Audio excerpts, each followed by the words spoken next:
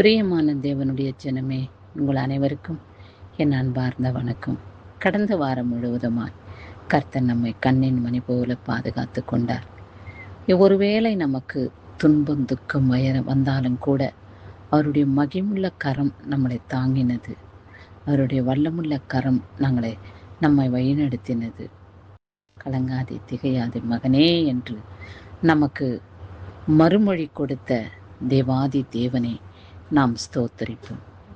இந்த புதிய வாரத்திலே புதிய நாளிலே நாம் என்ன வார்த்தையை கொண்டு தேவன் நம்மோடு பேசுகிறார் என்று பார்ப்போமானால் 6ஆம் அதிகாரம் 7வது வசனத்திலே சொல்லப்பட்டுள்ள வார்த்தை, உலகத்திற்கு நாம் எதையும் கொண்டு வந்ததில்லை, உலகத்தை விட்டு எதையும் கொண்டு போவதும் முடியாது என்று சொல்லப்பட்டுள்ளது. ஆமாம், இந்த உலகத்திலே வாழும் வரை நாம் அனுபவிக்கிற காரியங்கள் எல்லாவற்றையும் கர்த்தர் நமக்கு கொடுக்கிறார்.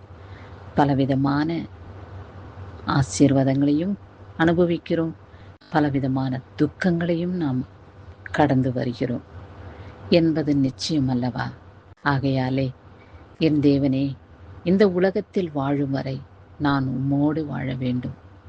உம்முடைய பாதப்படியிலே அமர்ந்து உம்முடைய நாமத்துக்கு மகிமையாக வாழ உம்முடைய கண்களிலே எனக்கு கிருபை கிடைக்க உதவி செய்யும் ஆண்டவரே என்று அவருடைய மகிமையான பாதப்படியிலே அமர்ந்து வேண்டிக் கொள்வோம். நாம் இந்த உலகத்திலிருந்து ஒன்றும் கொண்டு போவதும் இல்லை, இந்த உலகத்திலே நாம் ஒன்று கொண்டு வந்ததும் இல்லை என்பதை நாம் உணர வேண்டும். நம் தாயின் கருவில் உருவான நாள் முதற்கொண்டு நம்மளை அரவணைத்து பாதுகாத்து ரட்சித்த தேவனே, இம்மட்டும் அவருடைய கிருபை நமக்கு துணையாயிருந்தது.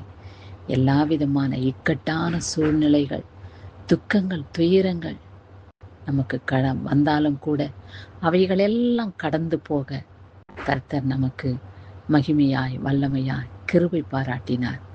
அவருடைய தயவு மிகவும் நமக்கு போதுமானதாக இருந்ததற்காய் தேவனை நாம் நன்றியோடு கூட ஸ்தோத்திரிப்போம்.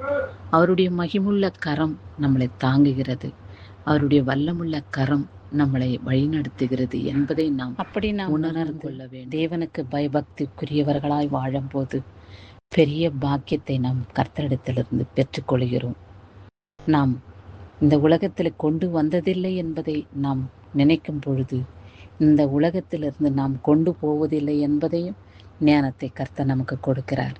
இப்படி நாம் நினைக்கும் பொழுது பிறருடைய பொருளை நாம் இச்சிக்க, பிறருடைய பொருள்களை நாம் அபகரித்து கொள்ள நமக்கு மனம் வராது. ஆண்டவரே, நான் இந்த உலகத்திலே வாழும் வரை எனக்கு போதுமான சக்தியும் பலத்தையும் ஆரோக்கியத்தையும் கொடுத்து சம்பாதிக்கக்கூடிய ஆசீர்வாதத்தை எனக்கு நீங்கள் கொடுத்திருக்கிறீங்க. நீங்கள் கொடுத்திருக்கிற இந்த மட்டில்லா நன்மைகளுக்காக கிருபைக்காக உமக்கு கொடான கோடி ஸ்தோத்திரம். என்னையும் என் மனைவி பிள்ளைகளையும் பாதுகாத்து கொள்ளும், என்னையும் என் கணவனையும் பிள்ளைகளையும் பாதுகாத்து கொள்ளும்.